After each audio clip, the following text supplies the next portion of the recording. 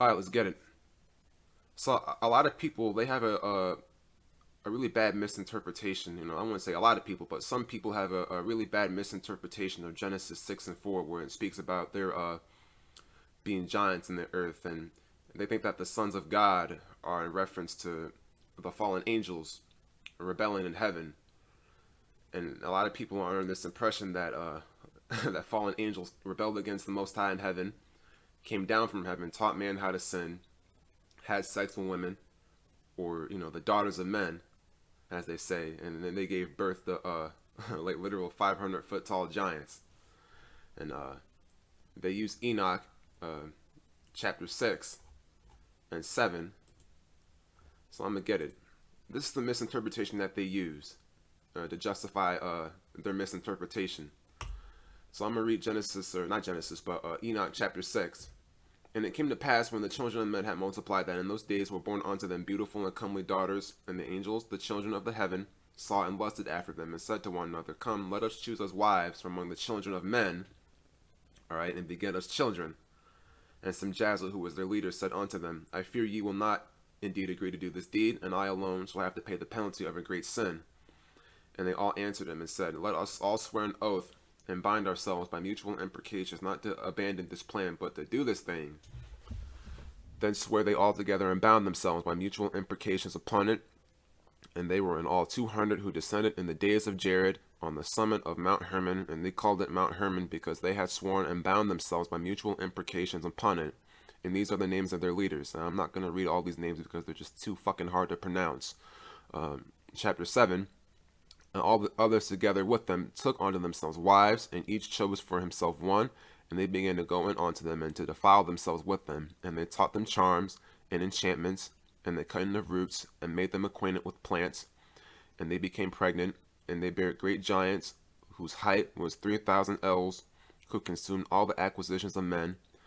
And when men could no longer sustain them, the giants turned against them, and devoured mankind, and they began to sin against birds, and beasts, and reptiles, and fish, and to devour one another's flesh, and drink the blood. And the earth laid accusation against the lawless ones. And we'll go to chapter 8. And Azazel taught men to make swords, and knives, and shields, and breastplates, and made known to them the metals of the earth, and the art of working them, and bracelets, and ornaments, and the use of antimony, and the beautifying of the eyelids, which is makeup, and all kinds of costly stones, and all coloring tinctures. And there arose much godlessness, and they committed fornication, and they were led astray, and became corrupt in all their ways. Samjaza taught enchantments and root cuttings. Amaros, the resolving of enchantments. Barakijal taught astrology. Kokabizzle, the constellations. Ziziquil, whatever the fuck that name is. Once again, these names are too hard to pronounce. The knowledge of the clouds. Erakizel, the signs of the earth. Shemizel, the signs of the earth. And Sarizel, the course of the moon. And as men perished, they cried, and their cry went up to heaven. So I got three things wrong with this, all right? Number one, uh, angels cannot reproduce. Angels are celestial beings. Angels are spiritual beings. They're not capable of doing things that human beings can do, like having sex, eating, drinking, sleeping, shitting, so on and so forth. Number two, all of the angels and the demons and all the spirits that the Most High, has dominion over in the heavens are perfect. And they're not programmed to go off on their own and freelance under their own will, and sin. The Most High, He's in control of everything in the physical world and in the spiritual world too. Nothing is beyond the Most High's control, all right? He's in control of everything. Let's get Isaiah 45. And let's go down to verse 7. I form the light and create darkness. I make peace and create evil. I, Yahweh, do all these things. So the Most High, He's in control of the good and the bad. Once again, the physical world and the spiritual world too. Nothing is beyond His control. Nothing. All right.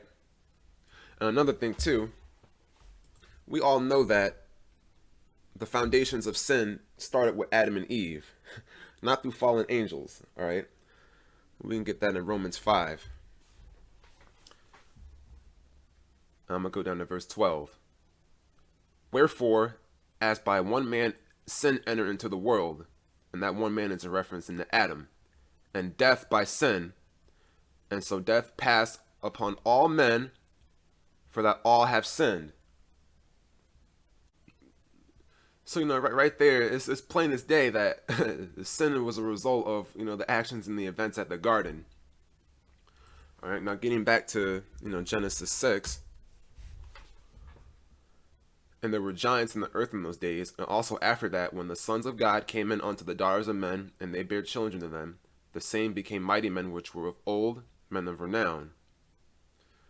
The sons of God in this case are talking about the sons of Adam, through his seed, the seed line of Seth. The daughters of men are in reference to the seed line of Cain. All right, we can get that in Genesis 4. This is the seed line of the daughters of men. And let's go to verse 17. And Cain knew his wife, and she conceived, and bare Enoch, and he built a city, and called the name of the city Enoch, after the name of his son, Enoch. And unto Enoch was born Irad, and Irad begat Mahuel, and Mahuel begat Methuselah, and Methuselah begat Lamech. And Lamech took unto him 2 wives, the name of the one was Adah, and the name of the other Zillah. And Adah bare Jabal, he was the father of such as dwelt in tents, and of such as have cattle. And his brother's name was Jubal, he was the father of all such as handle the harp and organ. And Zillah, she also bare Tubal-Cain, an instructor of every artificer in brass and iron. And the sister of Tubal-Cain was Naamah. So this is the seed line of the daughters of men, or the seed line of Cain. All right. Now this is the seed line of the sons of God. All right. I'm gonna hop over to verse 25. And Adam knew his wife again, and she bare a son, and called his name Seth. For God said, she has appointed me another seed instead of Abel, whom Cain slew. So Seth was the replacement for Abel. All right. And to Seth, and to him also was there born a son, and he called his name Enos. Then began men to call upon the name of Yahweh. I'm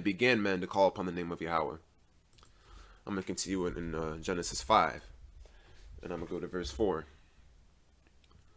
And the days of Adam, after he had begotten Seth, were 800 years, and he begat sons and daughters.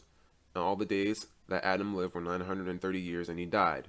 And Seth lived 105 years, and begat Enos. And Seth lived after he begat Enos 807 years, and begat sons and daughters. And all the days of Seth were 912 years, and he died. And Enos lived 90 years, and begat Canaan.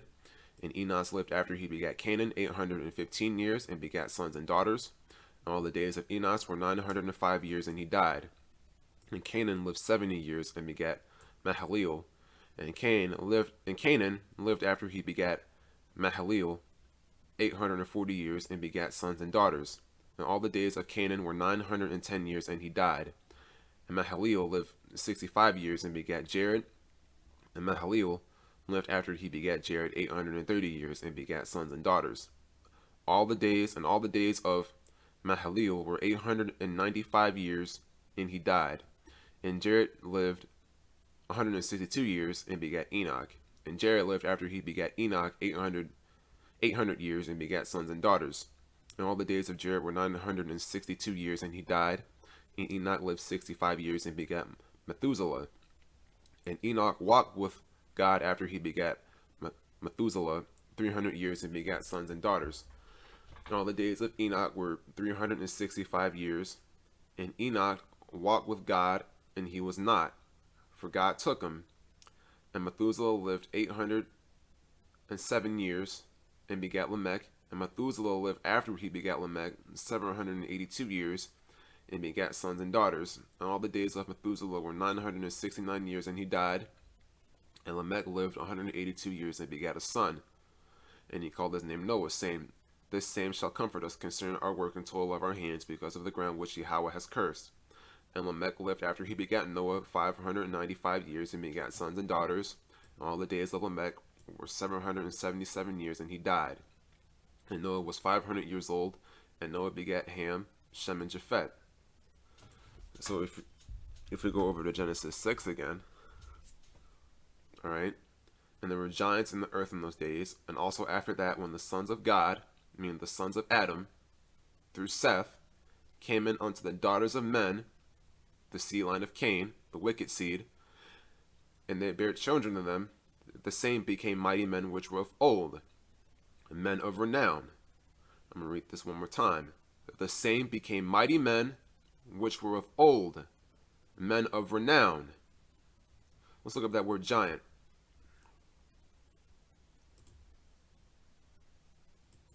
Strong's H 5303.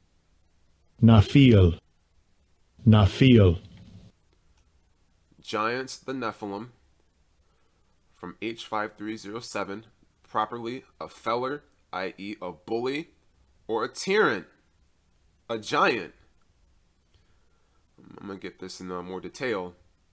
Some have compared yada yada yada, which Gig and Cass render great, large in body, but this is incorrect, for it means excellent, noble, skillful.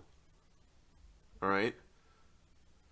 So the seed line of Adam gave birth to brutes.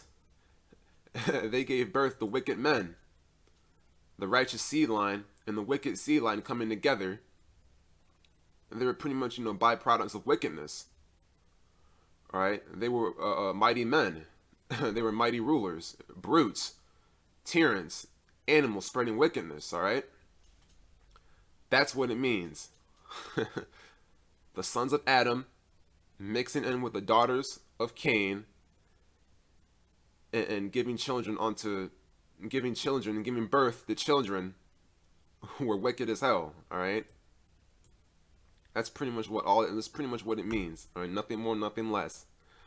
And the Most High saw that the wickedness of man was great in the earth, and that every imagination of the thoughts of his heart was only evil continually. And it repented Yahweh that he made man on the earth, and it grieved him at his heart. And Yahweh said, I will destroy man whom I have created from the face of the earth, both man and beast, and the creeping thing, and the fowls of the air, for it repented me that I have made them. All right, and that was the flood.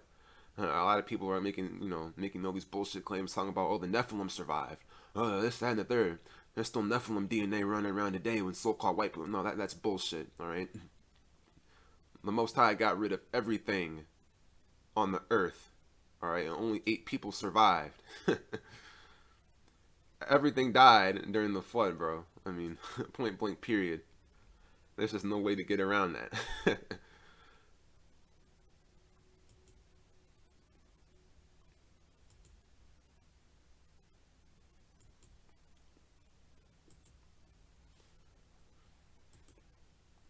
Alright, so I just wanted to touch base on Genesis 5 and 24 again, where it talks about how Enoch walked with God.